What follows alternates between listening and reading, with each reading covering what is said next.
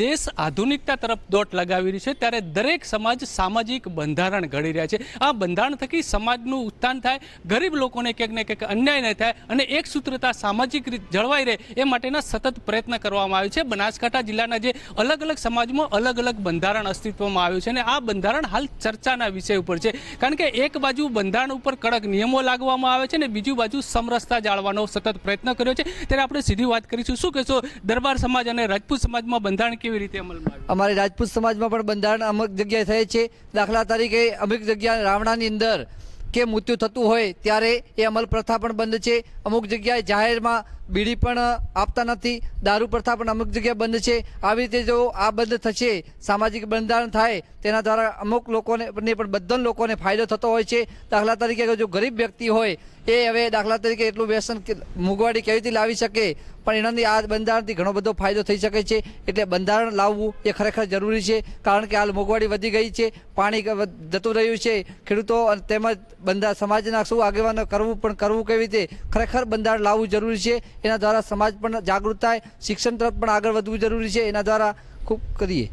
ચોક્કસથી તો અહીંયા દરબાર સમાજ કે રાજપૂત સમાજ પૂરતી વાત નથી, ઠાકોર સમાજે પણ હમણાં જબરજસ્ત રીતે 17 મુદ્દાનું એક બંધારણ ઘડ્યું છે। ત્યારે ઠાકોર સમાજના આગેવાન આપણી સાથે છે, કેવું બંધારણ છે ને શું સંદેશ આપી જે અમે જે 3 જિલ્લા અંદર બંધારણ કર્યું છે, પાટણ, બનાસકાંઠા અને વાવ, થરાદ, એના અંદર અમારા બધી સમાજ અંદર કે ગણો કે ટોટલી સર્વે સમાજ અંદર બંધારણ હતું ને એક અમારા ઠાકોર સમાજ અંદર નહોતું। એના કારણે અમારે બધે આગેવાનો ભેગા થઈને એક જ અમારે બહુ એટલે નીચામાં નીચેને જે પણ ગણો આર્થિક રીતે બધી રીતે ઠાકોર સમાજ હતો એના પણ અમે 17 મુદ્દા અંદર બંધારણ કર્યું છે કે લગ્નનું છે, મામેરાનું છે, બીજે જાન અંદર દાયજાનું છે કે ખૂના ચાંદી કોઈ પણ દાગીના હોય છે, એવું કરી અમે 17 બંધારણનું અમે બંધારણ કર્યું। અને હાલ પણ અમારા હર તાલુકા અંદર હર જે તાલુકા જિલ્લા અંદર હર પણ અમારે સવાદારામ બાપુની સાક્ષી છે, બધી ગામડે ગામડે અમારે મિટિંગો થઈ રહી છે અને એના સાક્ષીથી અમે બંધારણ પૂરું કરવાનું છે અને 101% અમે આ બંધારણનું પાલન કરશું। અને હર મુદ્દો કહું છું કે હર સમાજ અંદર જે નાની નાની કોમો છે એના અંદર હર તરીકે આવી રીતે બંધારણ થવું જોઈએ, એવી અમારા ઠાકોર સમાજે કર્યું, એવું પણ બીજી સમાજ અંદરને થવું જોઈએ કે એવી અમારે એક જ અમે કર્યું છે। તો અમારે જોઈને બીજી સમાજ અંદર ના હોય બંધારણ એ 2 નંબર પણ એમને પણ કરવું જોઈએ, એનાથી હર સમાજ ફાયદો થાય છે। અને સરકાર પણ એ વિચારે અમુક કાયદા છે પણ અમારે લાગુ નહીં થતા, એના કારણે અમારે કોઈ પણ અમે બીજો અમુક કાયદા હોય છે એ પ્રમાણે અમારે એના માટે એવું બંધારણ કરવામાં આવ્યું છે। ચોક્કસથી તો ઠાકોર સમાજ પછી બીજી જબરજસ્ત રીતે બહુમતી ધરાવતો ચૌધરી સમાજ, અને ચૌધરી સમાજનું પણ ક્યાંક ને ક્યાંક બંધારણ અમલમાં આવ્યું છે। ચૌધરી સમાજના આગેવાન આપણી સાથે છે, શું કહેશો? દેખો, વાત એવી છે કે દેશ અને દેશનું બંધારણ માન છે, પરંતુ હાલના આધુનિક યુગમાં ક્યાંક ને ક્યાંક યુવાન યુવતીઓ માર્ગ ભટકાઈ જાય છે, ક્યાંક ને ક્યાંક દેખાદેખીમાં ઘર પરિવાર ખર્ચામાં તૂટી જાય છે અને જેના લીધે સામાજિક બંધારણ હોવું ખૂબ જરૂરી છે। અમારી વાત કરીએ તો આવા મોંઘવારીમાં આટલા બધા ખર્ચામાં નાનો માણસ કઈ રીતે પોતાના રીત રિવાજના જો બંધારણો ન હોય તો પ્રસંગ ના કરી શકે। અમારે મામેરાની વાત કરીએ, ભાણો પરણતો હોય કે ભાણી પરણતી હોય અને ભાઈને મોમેરો કરવાનું હોય તો એમાં રકમની 5 લાખ મર્યાદા ફિક્સ કરી છે। પહેલાં અમારે 2 દિવસે રોકાતા હતા, હવે ફક્ત એક જ ટાઈમમાં જમણવારમાં એ અવસર પૂરો થાય છે। એની સાથે સાથે શિક્ષણ ઉપર પણ સમાજે ભાર મૂક્યો છે। એની સાથે અમારે જે આદિ અનાદિકાળથી જે રાવણા પ્રથા ચાલુ હતી અને રાવણાની અંદર અફીણ પણ ઉપર કાપ મૂક્યો છે। અમારે રાવણાની અંદર બીડીઓ ફરજિયાત લાવવી પડતી હતી, જેને લગભગ 1 દશકાથી એના ઉપર પ્રતિબંધ મૂક્યો છે। તો આવી રીતે દરેક સમાજો પોતપોતાના બંધારણ બનાવે તો સમાજને બચાવી શકે અને સમાજમાં નાનો પરિવાર હોય, નાનું કુટુંબ હોય, તે પણ સમાનભેર પોતાનો અવસર કરી શકે। માટે હું તો આપના મીડિયાના માધ્યમથી દરેક સમાજને વિનંતી કરું છું કે જેવી રીતે દરેક સમાજો શિક્ષિત બનીને જેવા બંધારણો બનાવે છે અને શિક્ષણ ઉપર ભાર મૂકે છે, તેવી જ રીતે દરેક સમાજો શિક્ષણ અપનાવો અને વ્યસનને દૂર કરો। આ 2 અપનાવે તો બીજા કોઈ જરૂર નથી। અને સરકારને પણ મારી વિનંતી છે કે આ ગુજરાતની અંદર દારૂબંધી છે, પરંતુ દારૂ ખુલ્લેઆમ મળે છે, તો સરકાર જો પોતાના કાયદાની અંદર રહીને જો આ દારૂ ઉપર અંકુશ લાવે ને તો આ કોઈ સમાજોને કોઈ આ બંધારણ બનાવવાની જરૂર નથી। સમાજો તો ના છૂટકે બિચારા કાયદામાં રહીને આ બંધારણો બનાવવા પડશે। ઘણી વખત મા બાપે દીકરી ઘણી પાળી પોષીને મોટી કરી હોય અને એને ઉંમરલાયક થતાં તે તો સરકારને પણ દરેક સમાજો દરેક ચૂંટાયેલા પ્રતિનિધિઓએ પણ વાત મૂકી છે અને લગ્ન કાયદાની અંદર ફેરફાર કરે તો આ કોઈને બંધારણ બનાવવાની જરૂર પણ નથી. માટે સરકારને વિનંતી છે કે સરકાર પોતે બનાવેલું જે બંધારણ છે એની અંદર કંઈક અંશે સમય પ્રમાણે બદલાવ લાવવાની જરૂર છે અને બદલાવીને સમય અનુકૂળ બંધારણ અપનાવે તો આ સમાજો બચી શકે તેમ છે અને નાનો માણસ સમાનભેર માથું ઊંચી રાખીને જીવી શકે તેમ છે. ચોક્કસથી તો અહીંયા સામાજિક સમરસતા જળવાઈ રહે માટે દરેક સમાજ આજે એકજૂટ બની છે. ક્યાંક ને ક્યાંક પોતાના સમાજનું એક સૂત્રતા જળવાઈ રહે એ માટે બંધારણ અમલમાં આવ્યું છે. ત્યારે બ્રહ્મ સમાજના આગેવાન આપણી સાથે છે. આપણા સમાજમાં પણ ક્યાંક ને ક્યાંક એક બંધારણ અમલમાં આવ્યું છે ને આ બંધારણ કેમ જરૂરી બન્યું? પ્રકાશભાઈ, આજના સમયમાં વ્યસન, ફેશન અને દેખાવ આ ત્રણ પાછળ દુનિયા ગોળી થઈ છે. આજે દરેક વ્યક્તિ પોતાને બીજા કરતાં સમૃદ્ધ છે એનો દેખાવ કરી રહ્યો છે અને એ દેખાવમાં દરેક સમાજમાં નાનો વ્યક્તિ ને મધ્યમ વર્ગનો વ્યક્તિ માર ખાઈ રહ્યો છે.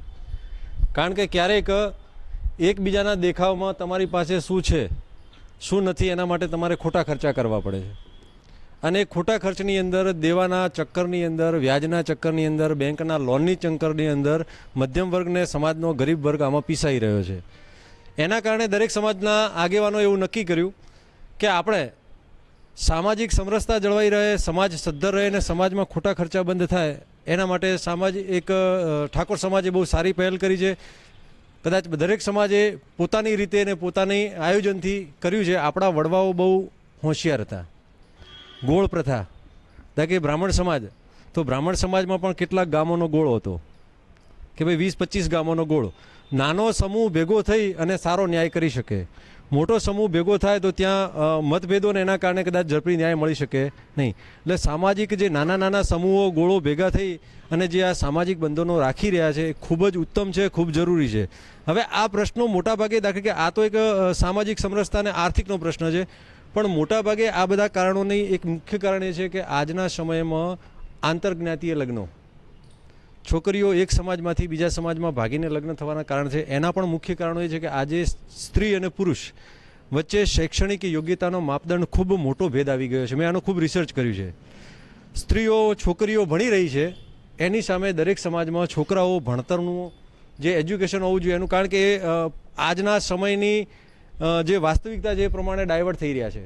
ક્યાંક વ્યસન, ફેશન, ક્રિકેટના આપણે જોતા છીએ ઓનલાઈન સટ્ટા, આ બધી બદીઓના કારણે યુવા વર્ગ, જે પુરુષ વર્ગ છે, છોકરાઓ, એ લોકો અલગ દિશામાં જઈ રહ્યા છે. એના કારણે શિક્ષણ પ્રત્યેથી એમનો ક્રેઝ ઘટી રહ્યો છે અને બાળકીઓ ઘરે બેસીને શિક્ષણ પ્રત્યે, સ્ત્રીઓ શિક્ષિત થઈ રહી છે, સામે એની સામે યોગ્ય પુરુષ પાત્ર શિક્ષિત તમને મળતું નથી સમાજમાં. એના કારણે મોટી બધી છે.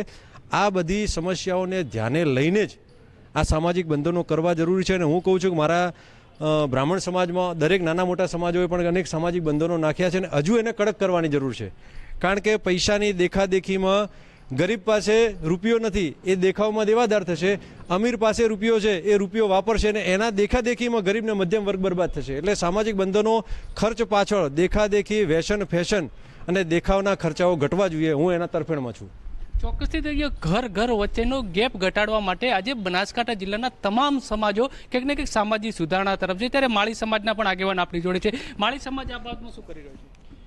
માળી સમાજ આ બાબતની અંદર જેવી રીતે મોંઘવારીએ માજા મૂકી છે એ મોંઘવારી જોઈ અને ખરેખર જે દરેક સમાજની અંદર જે બંધારણ ઘડાઈ રહ્યા છે એ બંધારણ જોઈ અને માળી સમાજની અંદર પરણેતર હોય કે મરણેતર હોય, દરેક પ્રસંગની અંદર જે અંકુશ મૂકી અને જે પણ વ્યવસ્થા ઓછી થાય અને જેવી રીતે ખર્ચા ઓછા થાય એવી રીતે જો કરે તો બધા નાનામાં નાનો માણસ જે પોતાનો પ્રસંગ કરી શકે. હવે કોઈ કરોડપતિ હોય તો એ 100 વાનગી રાખે અને નાનો માણસ હોય એને 1-2 વાનગીની પણ તકલીફ પડતી હોય. એટલે હું કરોડપતિ માણસોને એમ કહું છું કે તમે નાના માણસને સાથે રાખી અને જે પ્રસંગ કરો છો એને સાથે લઈને કરો. કારણ કે મોટો પ્રસંગ કરે પછી નાનો નથી કરી શકતો.